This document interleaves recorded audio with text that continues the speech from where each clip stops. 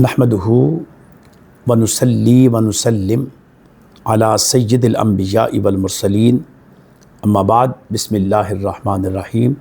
मुअज़्ज़ज़ ख़वातीन हज़रात, अस्सलामु अलैकुम व रहमतुल्लाहि व बरकातुहू। 14 रबीउल अव्वल दरसे मिलाद रसूल सल्लल्लाहु अलैहि व आलिहि वसल्लम 1500 साला विलादत बासआदत के लैल नहार में हम आपको खुश आमदीद कहते हैं। आज के दर्स में मैं मुखातिब हूँ अपनी बहनों और बेटियों से कि इनके ज़िम्मे भी कुछ काम है। अगरचे जितना भी हमने 13 तक दर्स दिए उसमें ये भी शामिल है, लेकिन स्पेसिफ़िक मैं ख़वातीन से मुखातिब हूँ और इदारा फ़ैज़ानुल कुरान की जो बच्चियाँ काम कर रही हैं उनको भी इस तरफ मैं मबज़ूल, तो उनकी तवज्जो भी इस तरफ मबज़ूल कराने की मैं कोशिश करूँगा। कुरान पाक की एक तो आयत ये है ना कि बल्लिगू कुंतुम खैर उम्मतिन उखरिजत लिन्नासी तअमुरुना बिल मारूफ़ी व तनहौना अनिल मुनकर। तुम एक बेहतरीन उम्मत हो जिसका काम क्या है, लोगों में से निकाल ली गई है जिसका काम अम्र बिल मारूफ़ करना व नही अनिल मुनकर करना, यानी नेकी का हुक्म देना और बुराई से मना करना। इसी तरह फरमाया गया बल्लिगू अन्नी वलौ आया, मेरी अगर एक आयत भी पहुँचे, चाहे वो मर्द है चाहे वो औरत है, उसकी तबलीग कर दें। ख़वातीन के हवाले से जब हम ये बात करते हैं तो हज़रत आयशा सिद्दीक़ा रज़ी अल्लाह तआला का नाम टॉप पर आता है। आप फरमाती हैं कि हम रसूल करीम सल्लल्लाहु अलैहि वसल्लम से इल्म हासिल करते थे और फिर आगे ख़वातीन और मर्दों को हम दीन सिखाते थे।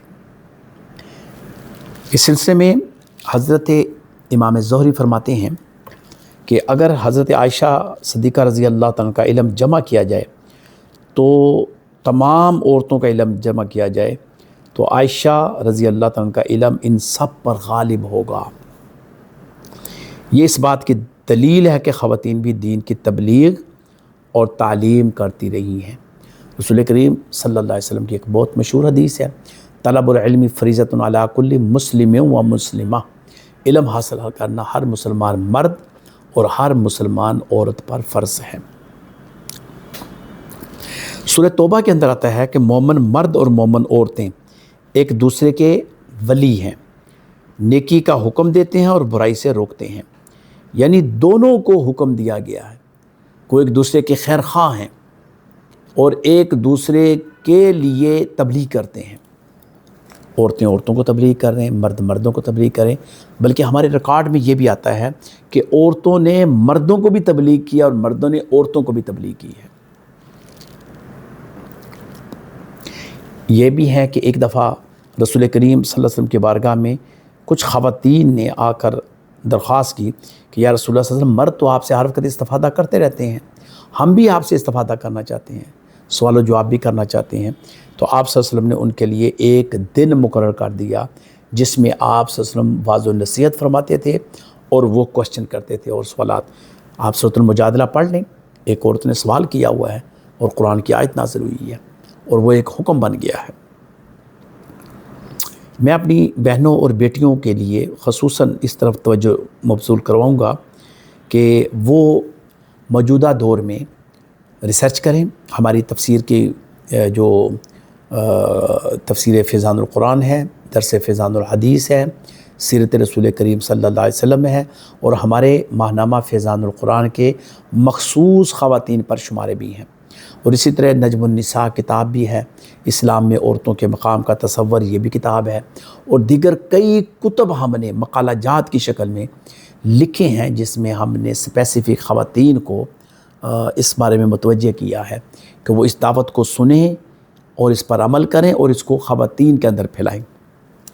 तो इस लिहाज से आप जब रिसर्च करें तो ये चंद उन्वानात मैंने तैयार किए हैं कि रसूल करीम सल्लल्लाहु अलैहि वसल्लम बासियत शौहर और वालिद, ये मज़मून बनाएं और इसके हवाले से हमारी जिन कुतुब का नाम लिया है उसमें से रिसर्च करें और लोगों को बताएं। रहमतुल लिल आलमीन और ख़वातीन के हकूक़ रसूल करीम सल्लल्लाहु अलैहि वसल्लम के हवाले से बहुत खूबसूरत मौजू है। इस मौजू को भी तैयार करें और आगे پھیلانے کی کوشش کریں۔ سیرت رسول کریم صلی اللہ علیہ وسلم اور جدید خاندانی مسائل کا حل۔ سیرت رسول کریم صلی اللہ علیہ وسلم کی روشنی میں جو خاندان کے مسائل ہیں، خاص کر کے خواتین کے مسائل، ان کے متعلق بھی آپ مضامین تیار کر سکتی ہیں۔ حیا و عفت، رسول کریم صلی اللہ علیہ وسلم سے خواتین کے لیے رہنمائی۔ حیا کیا چیز ہے، عفت کیا چیز ہے، اس مضمون کے اوپر بھی آپ کام کریں اور اس کی بھی تشہیر کریں۔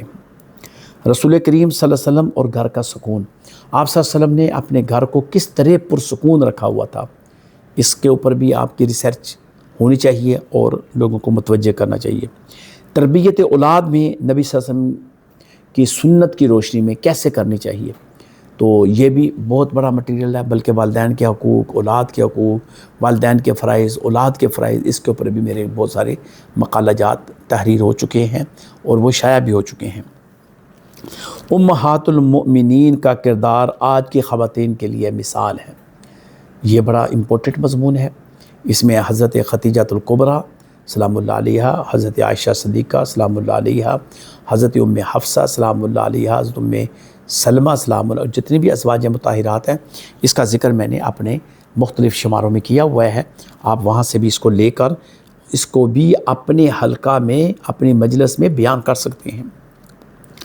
میلاد النبی صلی اللہ علیہ وسلم خوشی منانے کا درست اسلامی طریقہ کیا ہے، تو یہ بات یاد رکھنی چاہیے۔ سب سے بہترین طریقہ کیا ہے؟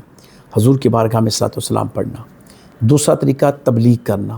تیسرا طریقہ لنگر کی تقسیم۔ یہ بہترین طریقے ہیں۔ خواتین کی تعلیم اور تربیت سیرت کی روشنی میں بالکل درست ہے کہ خواتین کی تعلیم کتنی ضروری ہے۔ میں نے جیسے کہ کہا کہ میرے آقا علیہ الصلوۃ والسلام کا یہ فرمان عظیم ہے، طلب العلم فرضۃ علی کل مسلم و مسلمہ، علم حاصل کرنا ہر مسلمان مرد اور عورت پر فرض ہے۔ تو یہ خواتین کی تعلیم کے لیے آپ نے بڑی اہمیت دی۔ پردہ اور وقار عورت کی عزت کی علامت ہے، اس کو بھی سیرت کی روشنی میں، قرآن میں سورہ نور ہے، اس کی روشنی میں آپ رہنمائی کر سکتے ہیں۔ رسول کریم صلی اللہ علیہ وسلم کے اخلاق حسنہ اور ہماری گھریلو زندگی، آپ کا اپنے گھر میں کیا رویہ ہوتا تھا، اس کو لے کر اور گھریلو زندگی کو لے کر اس کو مطابقت دیں، اور مطابقت دینے کے بعد اس کا بھی اظہار کریں۔ سیرت کی روشنی میں صبر اور شکر کی تعلیم، صبر اور شکر کے حوالے سے بھی گفتگو کریں، ناشکری اور بے صبری سے اپنے آپ کو بچائیں۔ بیٹی کی اہمیت، رسول کریم صلی اللہ علیہ وسلم کی سیرت کی روشنی میں بیٹی کی اہمیت اور بیٹے کی اہمیت، بیوی کی اہمیت، ماں کی اہمیت، تو پھپھی کی اہمیت، خالہ کی اہمیت، یہ سارے موضوعات جو ہیں آپ اس میں تلاش بھی کر سکتے ہیں اور اس کو بیان بھی کر سکتے ہیں۔ اللہ تعالیٰ سے یہ دعا ہے کہ اللہ پاک سمجھنے کی توفیق عطا فرمائے، آمین۔ وآخر دعوانا ان الحمد للہ رب العالمین۔ السلام علیکم ورحمۃ اللہ وبرکاتہ۔